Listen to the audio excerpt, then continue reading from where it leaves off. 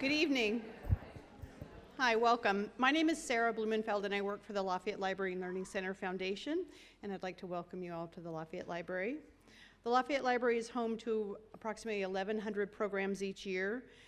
Proceeds from tonight's program, in addition to sponsorships, support from our generous donors, and friends of the Lafayette Library, all contribute to the programs we hold here and the operation of this beautiful facility. I'd also like to acknowledge tonight a couple of our board members that are here. We have Katie Burrows and Rita Ayerfida, if they could raise their hands. They're two of our volunteers that are on our board of trustees. So thank you for your ticket purchase tonight. It helps support this library. Before we begin, a couple notes. First, that cell phone reminder to silence your cell phones. And I also wanted to let you know about a couple upcoming programs that we have. Next week, we have a Science Cafe program, which will explore Northern California's marine protected areas with a deep water engineer and ED of an organization called MARE, which is Marine Applied Research and Exploration. Well, we also have several other authors coming up in April and May. We have Josh Braff, Joyce Maynard has a new book out. She'll be here the first week of May, and Jan Ellison. Tonight's distinguished speaker is New York Times bestselling author Vanessa Diffenbaugh. Vanessa was born in San Francisco and grew up in Chico. She attended Stanford University, where she studied creative writing and education. After graduation, she worked for a nonprofit sector teaching art and technology to youth in low-income communities. Following the success of her debut novel, The Language of Flowers, Vanessa co-founded the Camellia Network. It's a nonprofit whose mission is to connect youth aging out of foster care to the critical resources and support they need to navigate the adult world. For many of us, myself included, we became instant fans of her writing while reading The Language of Flowers. With her second novel, Vanessa draws us into a powerful story about family, blending gorgeous prose with compelling characters and themes of motherhood, the realities of teen pregnancy, young love, bullying, second chances, undocumented immigration, and the American dream. We're honored to welcome Vanessa Diffenbaugh tonight to talk about both the things we love about her writing and her passion for the Camellia Network. Please join me in welcoming Vanessa Diffenbaugh.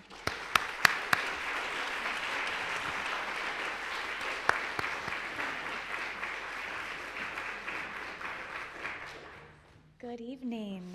Thank you all so much for coming. It's great to see such a lively audience. I guess I've been doing this for a few years now, but early on, you can show up and drive hours and hours and hours, and you have like 2 people there, So I'm always just like, please, somebody come.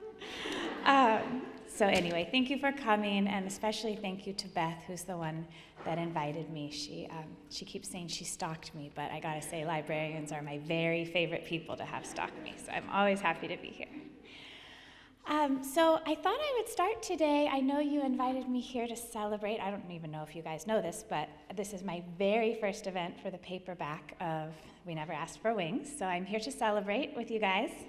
But I thought I'd start today just talking first about The Language of Flowers, because I think probably more people have had a chance to read that one. And I think it's also just easier to understand sort of why I write what I write if you know a little bit about that book and about how I got there. So I think, I was just thinking about, it's been 5 years since I published Language of Flowers, and I think for me, the most extraordinary part of that book, just for me personally looking back, is that I wrote that book the same year I became a mother of 4. So, now my kids are older, and my best friend has a 1-year-old, and she comes over for like 2 hours, and I have to just like lie down from pure exhaustion, Like little kids are so much work. But I think you must be living in some kind of altered state when you're a new mother. And so I managed, with my husband, of course, to have 4 kids over a period of 16 months. So let me tell you how we did that. First, we had a baby. Her name was Graciela. She's beautiful. And I decided, I hadn't planned on it. I thought I'd go back to work. I always worked in nonprofits. I worked with foster kids. I worked with homeless families. And I loved my work. But I had a baby, and I looked at her, and I kind of did that math that you do about how much you'd be paying the babysitter, and how much you'd make, which was less. And I just decided to stay home. So my husband at the time was a principal. He was a principal of Sacramento High School, just right down the street really from here. And he, Sacramento High at the time, it's actually the second oldest school west of the Mississippi, and it's the school my mother had gone to, which was just kind of a funny coincidence. But he took over the school when it had been on the verge of state takeover. So it was a failing, crumbling public high school with all the kind of drugs and crime and violence and bad test scores that go along with that. So the state had threatened to shut it down and take over, and a nonprofit, St. Hope, had come in and taken control, turned it into a charter, and among other things had hired my husband to try to be part of that team who was going to turn it around and start to really serve those kids who deserved a good education. So my husband comes in, he's 27, right? Really young, lots of energy. The first thing he does is he gives every single student and every single teacher his cell phone number. And you know, this is 1,200 kids, and he says, call anytime you need anything. And so not only this is 1,200 kids, it's also Oak Park, and it's, you know, high poverty community, lots of kids, lots of families with lots of needs, and our phone rang all the time. So one day, about a year into his tenure at Sacramento High School, he gets a call from a freshman named Trayvon Lyle, and he says, Mr. D, it's Trayvon. There's like 6 Trayvons in the freshman class. My husband has no idea who he is. It's Trayvon. I'm at the receiving home, and they say that I legally have to be allowed to return to school, but I need a ride.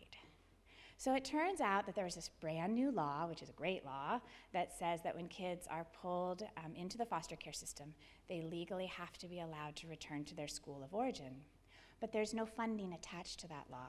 So what happens is kids get placed, especially when they're teenagers, in these receiving homes where they're held until they can figure out what to do with them.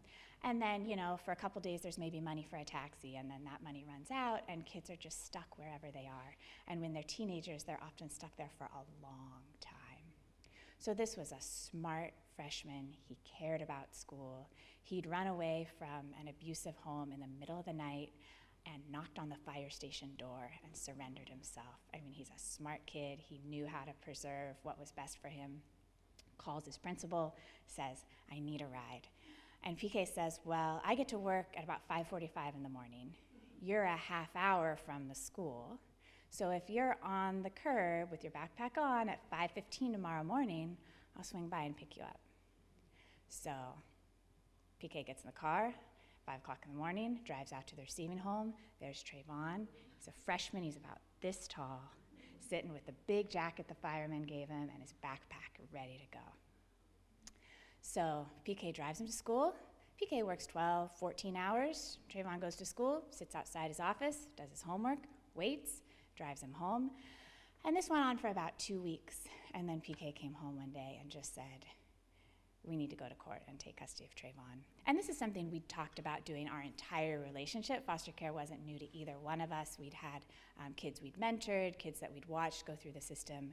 And we knew that for a kid like Trayvon, who's African American, 14 years old, and male, like those are the kids more than anyone else in the system, regardless of behavior, are going to end up in the highest level facilities. And group homes have the worst outcomes of any other, place in the foster care system, and the foster care system has horrific outcomes, especially in Sacramento County at that time. So I was nervous. We had tried once before to be a foster parent and hadn't been successful.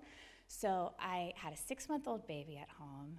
I was emotionally exhausted and overwhelmed, and he was asking me to do something that I had failed at before, and so it was a really hard ask, but he said, you're gonna love Trayvon. It may not be the right time, but it's the right kid, and we need to do this. So people are always asking me, how'd you convince your husband to be a foster parent? I'm like, well, it wasn't quite that way.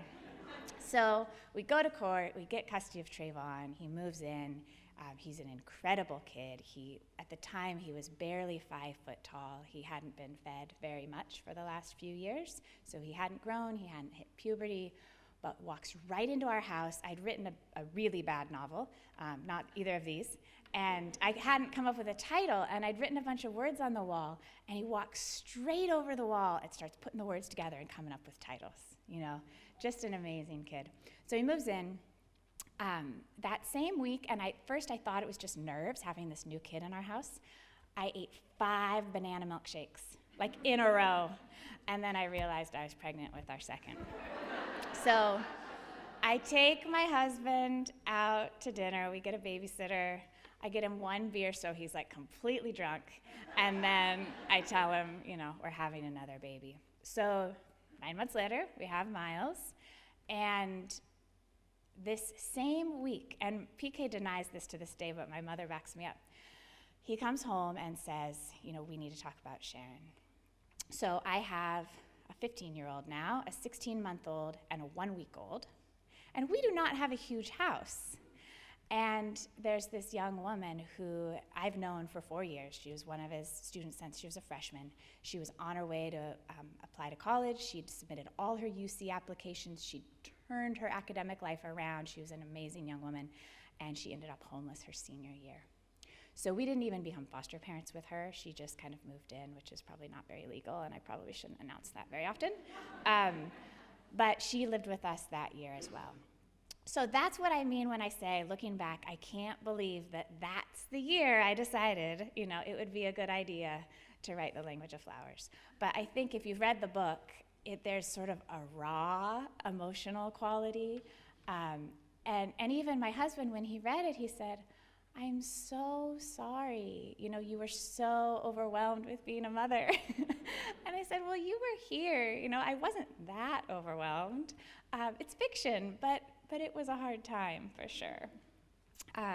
So I guess what I was thinking about when I was writing The Language of Flowers, I really had sort of 3 main themes I was contemplating. The first was just very simply, I wanted to tell what I felt was the true story of life inside the foster care system. And obviously there's more than one story. But the story that I felt had been told and had been told again and again and again and again was, sort of the 2 extremes. There's, on the one hand, there's movies like The Blind Side, right, which is based on a true story. And the foster mother is played by Sandra Bullock. She's gorgeous. She's very wealthy. She's extraordinarily patient. She's funny. And her foster son grows up and becomes a professional NFL player, right? And that was not my reality, for sure. Then on the other side, there's the story that gets reported in the newspaper. And at that time, when we lived in Sacramento, there were 3 child deaths in a year in foster care. And so those were investigated and they were reported over and over and over again, to the point where people had an instant reaction, a kind of a visceral reaction even to the word foster care or foster parent. I would go out into the world and say I was a foster parent, and people would say, you don't look like a foster parent, And so I felt like I wanted to tell what I had experienced, which was 2 parents who were exhausted, overwhelmed, way less patient than we wanted to be, and who had our own challenges and traumas from our own upbringing and lives. And then these young people who had come to us that didn't look anything like us, had been raised different races, different religions, had come to us almost fully formed with their own ideas, and had experienced trauma, right? And then we had to come together and not only learn each other, but learn how to be a family. And that's complicated, and it's messy, and you do all kinds of things you wish you didn't. But in the best of cases, you also really do learn how to love each other and how to get past all of that. And I really wanted to show both sides. And I know that's hard to read about for some people. I have so many readers say to me, why didn't Elizabeth get out of bed? They're so furious with her. And I said, well, Elizabeth got out of bed in all my first 10 drafts. And finally, I read this beautiful, perfect book, and I thought, oh, that's the foster parent I want to be. But I'm not, and nobody is. And if I'm trying to tell a real story, I have to show both sides. So that was one thing I was thinking about. Another thing I thought a lot about, and I think it's because I was having this very unique experience of bonding with 2 biological babies that had come from my body and my DNA who looked kind of like me, and I'd known from the second they were born, right?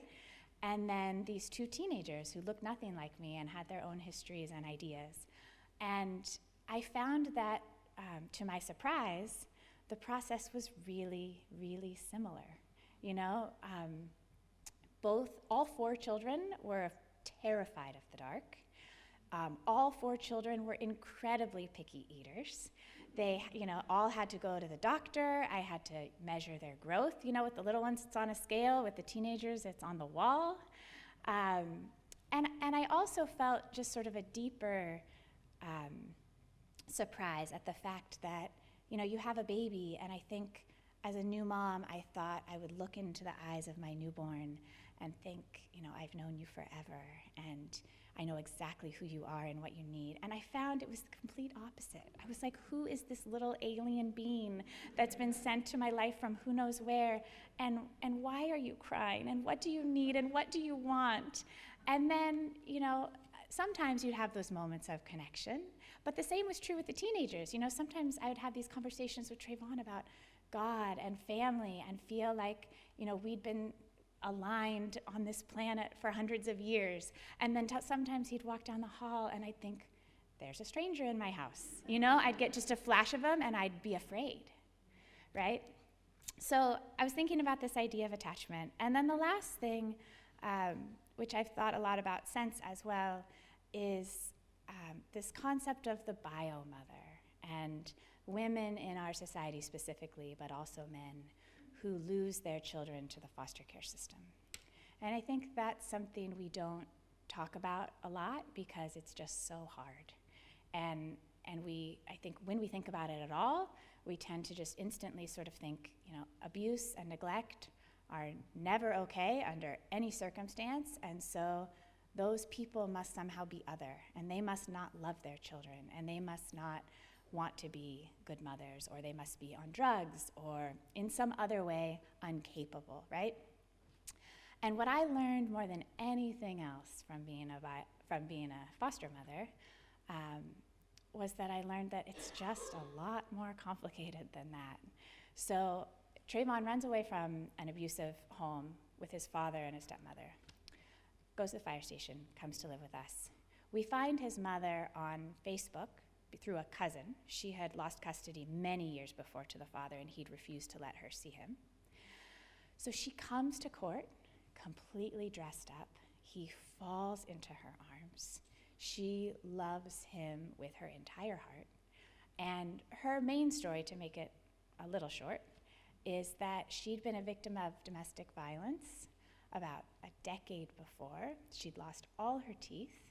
She had no health care, she had no dental care, she couldn't get a job, and so she'd ended up homeless for almost a decade.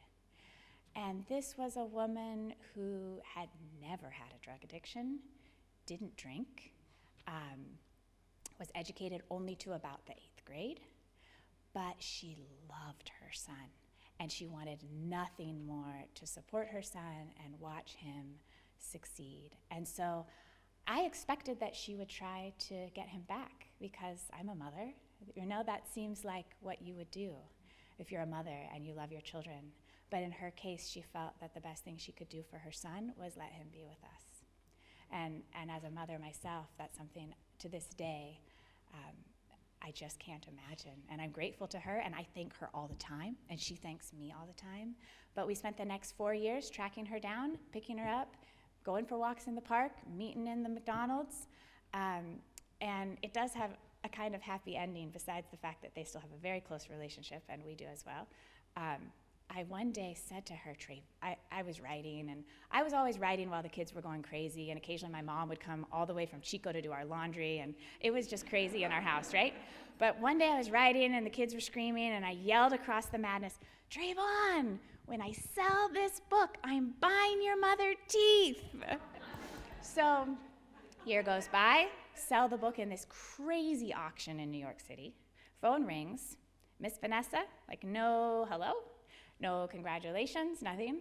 Miss Vanessa, I just want you to know I would like implants, not dentures. So Trayvon had told his mom, Turns out implants are crazy expensive, even for my crazy auction, so she got a very nice set of dentures, which she's never complained about. But Trayvon recently graduated from NYU, and she flew out, left California for the first time in her life, and went to his graduation.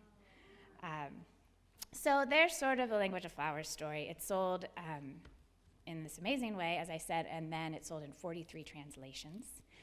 So I packed up my kids. You know, I'd done all this thinking about attachment, and so studied attachment disorder and brain development in small children and all these things, and I couldn't just then leave my children and travel across Europe. Like, there was just something completely wrong to me about that. So I packed them up, I hired a full-time assistant, and we went to, I think, 8 countries in 2 years, and it was really an adventure. You know, I grew up in Chico, small town, like, once every 2 years we got to go camping kind of family, you know? So my kids have been to all these amazing places. So I come back and, you know, the publisher's saying, you need to write another book, what are you gonna write? It's gonna be so hard. You know, everywhere I would go, people would say, oh, I'm so sorry, your second book is so impossible. So I started to develop this kind of complex. And in addition to that, you know, people would always say that you're gonna feel so much pressure.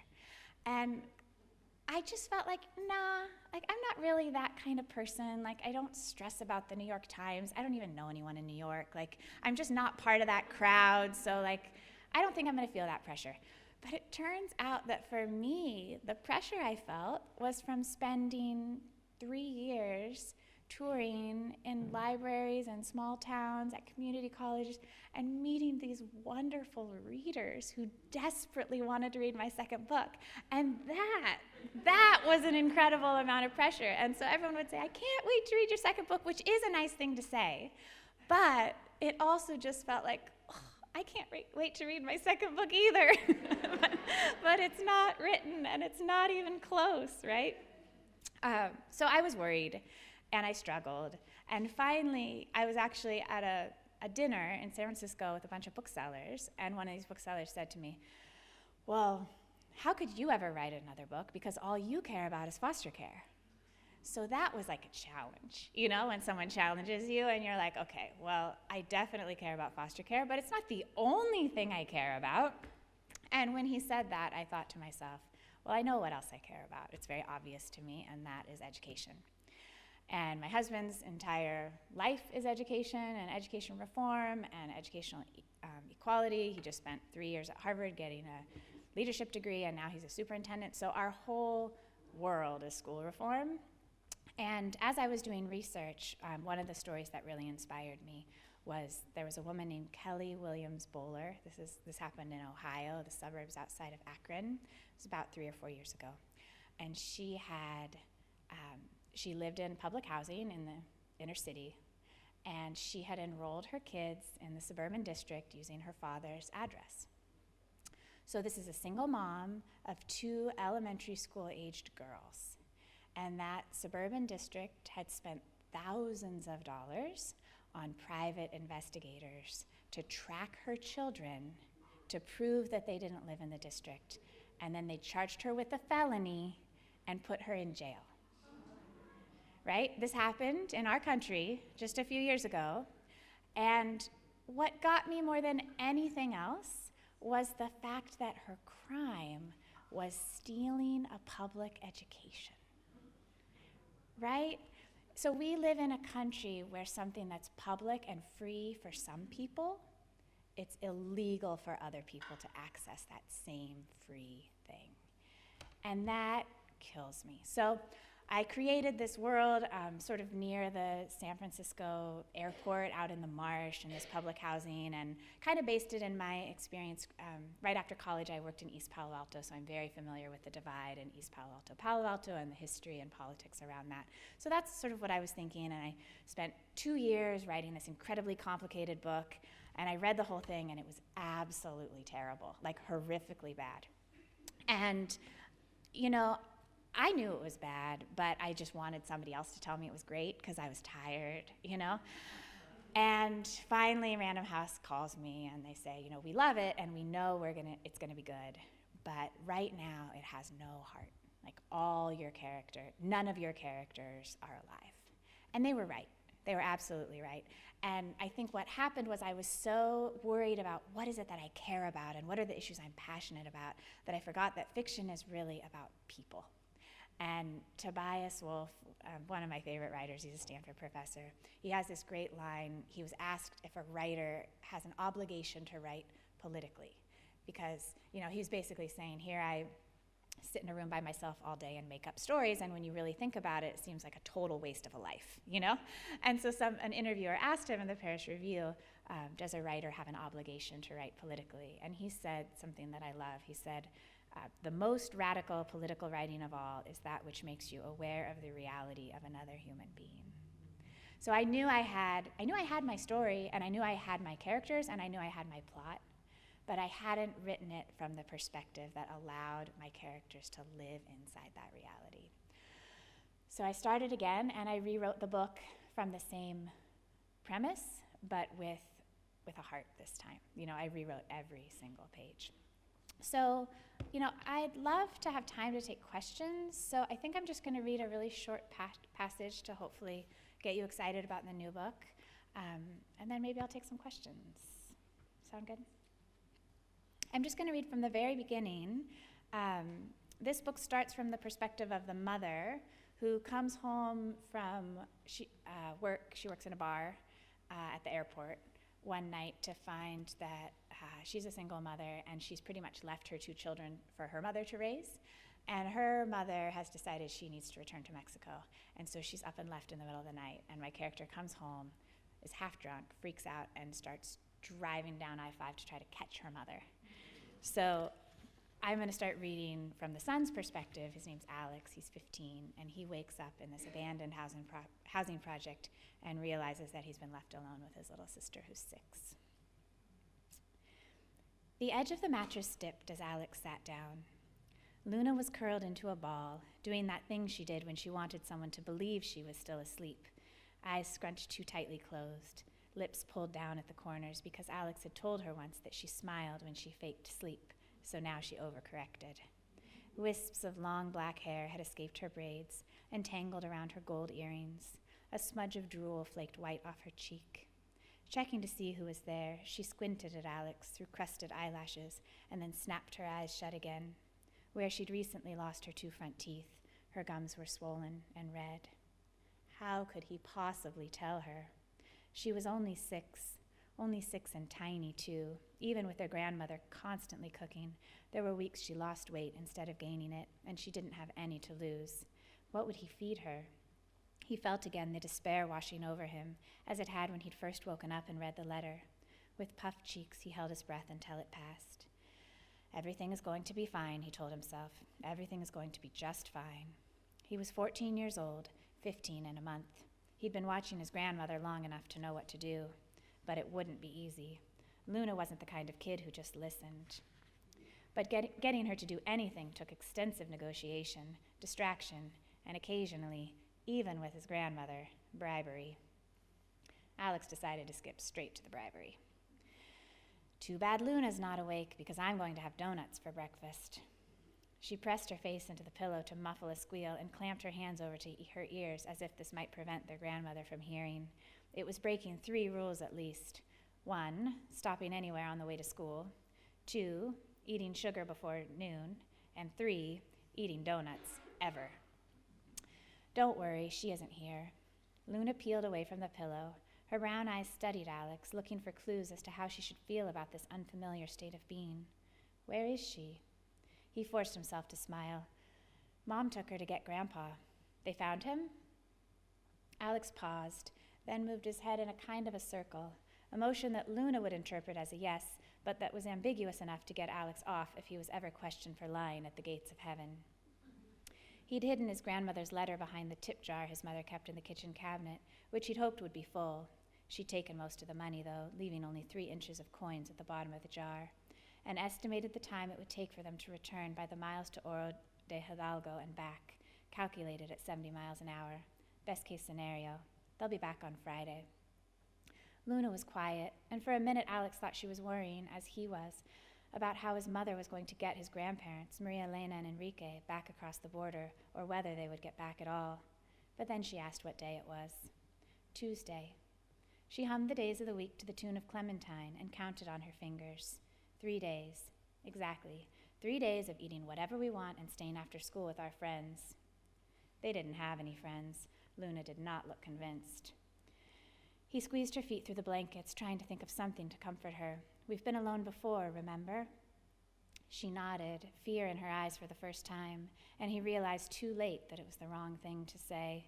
They'd both gotten stomach aches from the potatoes he'd half-baked, and she'd cried inconsolably the whole night through. That time, Maria Elena hadn't meant to leave them alone. She and Enrique had gone out of town and hired a babysitter, but the girl got sick and left, and even though they'd called Letty in a panic, she hadn't come home until 6 o'clock in the morning. I'm older now, he said, and then, because he couldn't think of anything else to say, sprinkles? Stop there. All right. So I'd love to take a few questions if anyone has any for me today. First one's always the hardest. It's a little bit about your writing process with Sure. 4 kids in the house. It must be hard. Yeah, I am very, very disciplined. Every writing process is different with every book. So for The Language of Flowers, I started at Victoria's birth, and I wrote straight through for about 400 pages until she was 40 years old. And it turned out that that was incredibly boring because, there was a lot that I didn't need any in there. And so for that book, I actually had a very smart agent tell me that it got interesting on her 18th birthday and that I should cut the first 200 pages. And I was totally offended, right? Because it was my first book. So for that book, I would say I wrote sort of a full character study, and then from there, I figured out the plot and the structure. I restructured it so the childhood was flashbacks.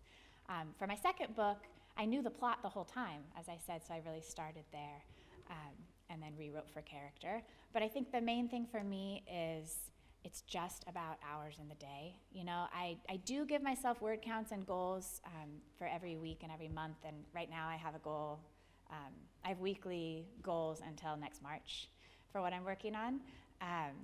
So I am very disciplined, but for me, if I sit in front of the computer and work hard for the amount of hours that I have scheduled on my calendar, I've done my job for the day.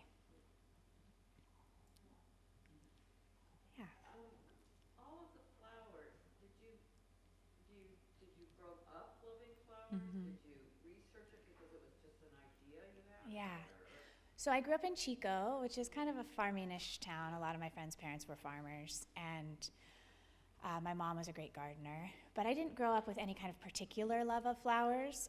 I did grow up with a love of books, and we had a great old bookstore in Chico that was kind of near the college, and it was just a used bookstore where, nothing's organized, and the piles go to the ceiling, and you just try to not knock anything over as you walk through the aisles.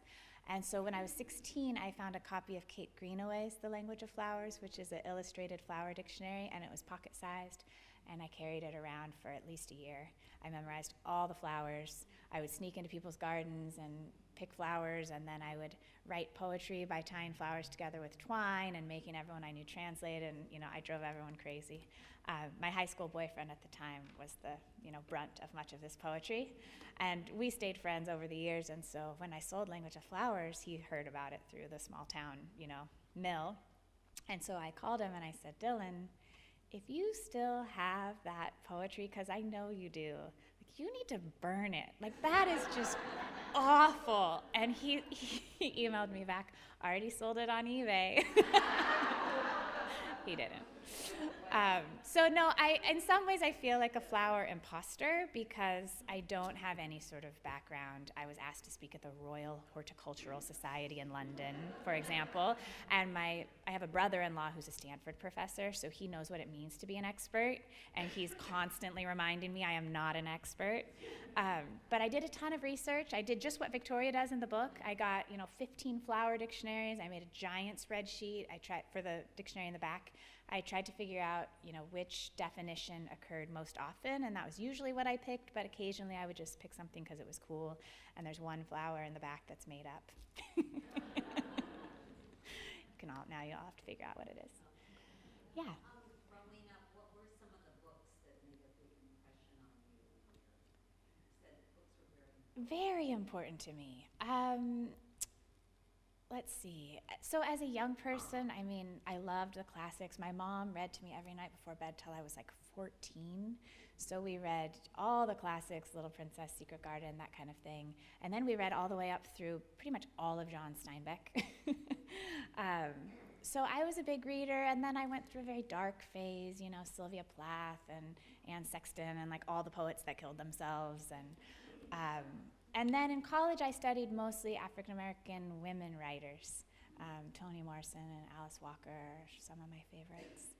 But there are writers I read to learn from, and then there are writers I read just to like pay homage to. Like, I can't read Toni Morrison sometimes because she's just so amazing that it makes me want to bury myself alive, you know? Like, there are certain writers that just feel like they're on a different planet to me. Like, I can't actually figure out how they do what they do. And then there's some writers I read really to learn from,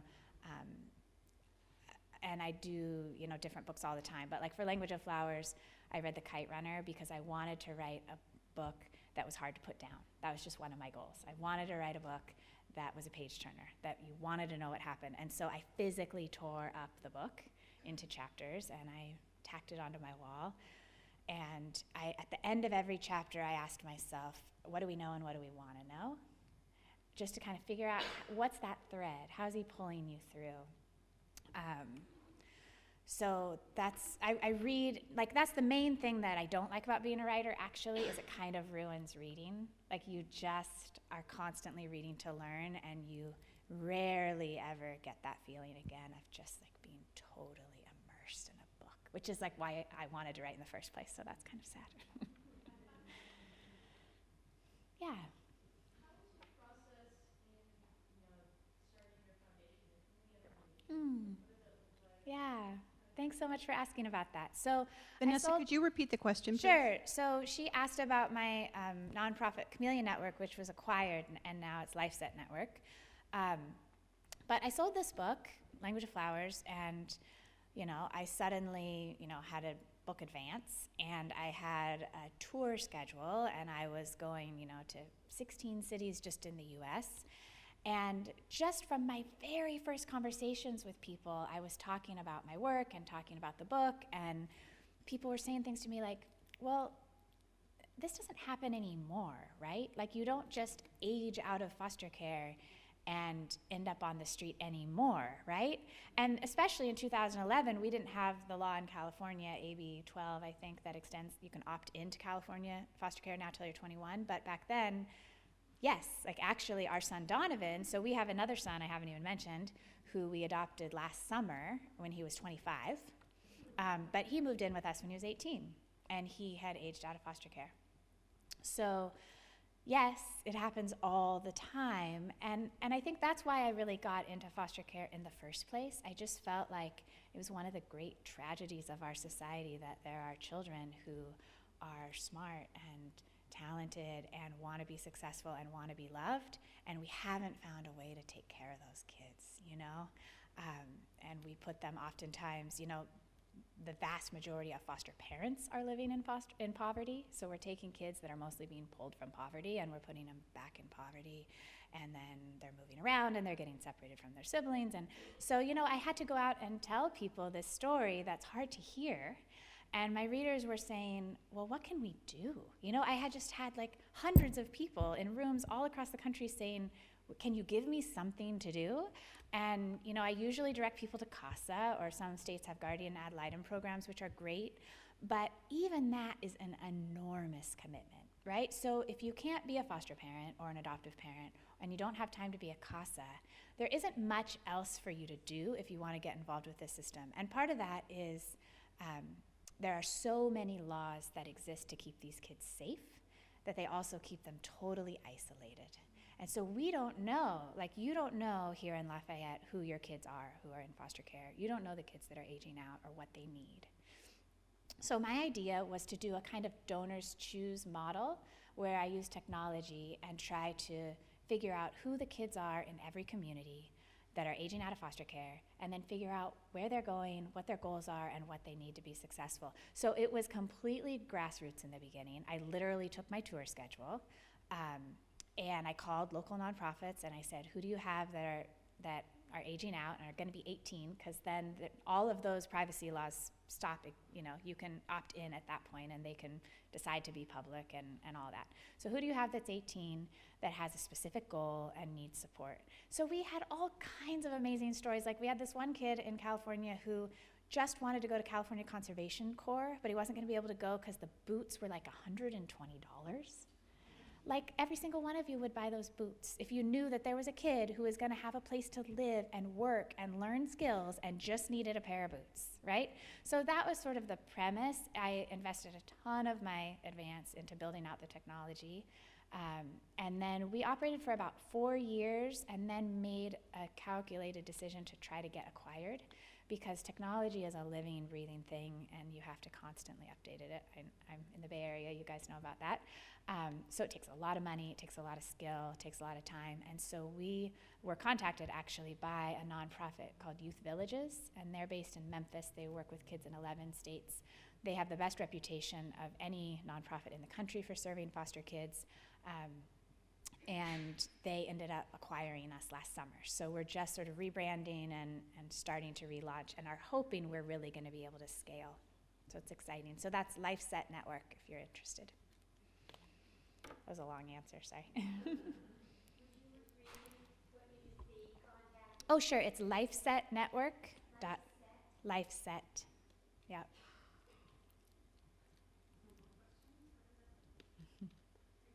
Yeah. How did I learn to write? Yeah, I didn't. No, so I went to Stanford and I was an English major, but they don't have like a creative writing major, and that was just undergrad. My master's is in education. And, I still sometimes think about going back to grad school and getting an MFA. There's always more to learn, and I'd love to work with really talented, inspiring professors. But, George Saunders, who's one of my favorite short story writers, he always says all the answers and all the questions are in the writing. And I really feel like I learned to write by writing. It's sort of Malcolm Gladwell's 10,000 hours. You write and you write and you write. And I think that I always had a writing group, so you get feedback, you learn really quickly whose feedback you respect and whose you want to do the opposite, And I do think I got really lucky in that I found an agent pretty early on who read a full draft of this terrible 400, page chronological manuscript and gave me really good advice, start at page 200. But I think that what I learned from her was, I'm just one of those writers where it's all about work ethic. I had written enough to be able to write a decent sentence. I had a good idea for a story, and then if I was willing to put in the hours and hours and hours and hours and hours that it takes to rewrite, anyone can do it. I really do believe that. Yeah. I recently gave my daughter, she's 23, your book, My Different Flower. Oh, great. She is at her first job as a youth counselor for a foster group home. Wow. Oh, those are hard. In Portland, did you say? That's even the hardest. They've had a hard year. In her car sobbing. Yeah. I'm a therapist. She called me and told me what a terrible night it was because the girls were out of control, and it's just girls, Yeah. 12 to 18, saying mean things to her, and she's trying to be this very positive role model. Right. Anyway, Yeah. long story, but she was almost sort of traumatized. So Yeah. I would love, since I gave her your book, I'd love words from you. Okay. Yeah. That I can pass along to her. Yeah. She even said, it's like I'm being a 23-year-old mom, not just Yeah. a counselor, but Right. to these kids who are traumatized. Right. Any words I could just say, here's what Vanessa said. Yeah. I mean, really, you should ask. I mean, the thing I always say, and I know there are kids, especially in group homes, that have really extreme behaviors. That's absolutely true. But what I always say when people ask me is the hardest thing about being a foster parent is being a parent. You know? I mean, she's with them for probably 12-hour stretches, and she's never experienced that kind of intensity where you can't just say, like, I need 5 minutes so I don't yell at you, you know? And that's what being a mother is, and being a foster parent or being a group home parent for the night. So I think just any way that she can figure out to give herself sort of the time and space to stay calm and stay centered, because they're just testing her. I mean, so Trayvon, we'd had him for a year and a half. Trayvon was perfect for an entire year. That's a long time to be perfect. And then his sophomore year, he was a nightmare. I mean, so disrespectful and mean. And I called my friend who's a therapist, and I was crying, and I was telling her about it, and she said, congratulations, he trusts you, you know? And so in some ways, if they're acting out with her, it's because they trust her, that she's, you know, going to be a safe person for them. So tell her congratulations from me. There you go.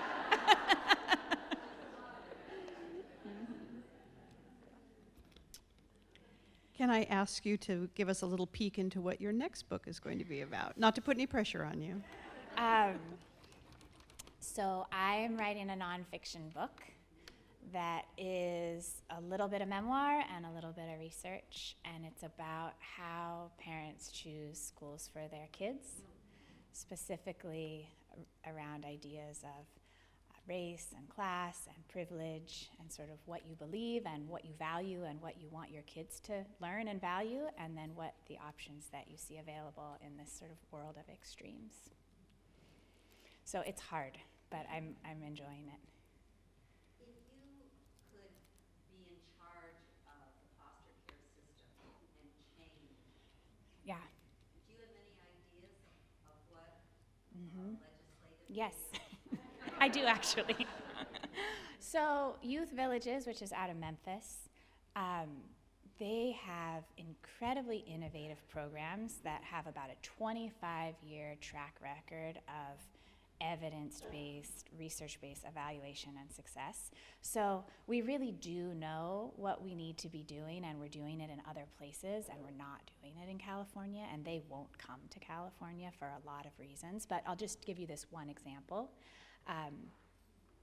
I believe, as I've already told you, that the vast majority of parents want to and would be able to raise their kids with the right kind of support and love their kids, right?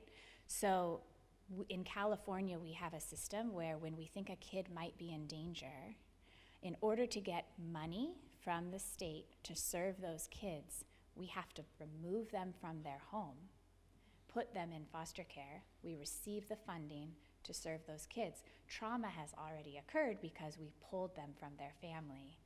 Occasionally that's required. You know, Youth Villages runs foster care programs and group homes as well, but a huge percentage of the time with the right kinds of intercept and in-home services that are very, they used to do multi-systemic therapy and all kinds of things. So their program basically keeps the kid in the home when it's possible, provides therapy and services to the kid, the parents, anyone else in the home, if that's an aunt, uncle, grandma, mom's boyfriend, the teacher, the principal, any classmates, their parents, anyone who has constant contact with that kid.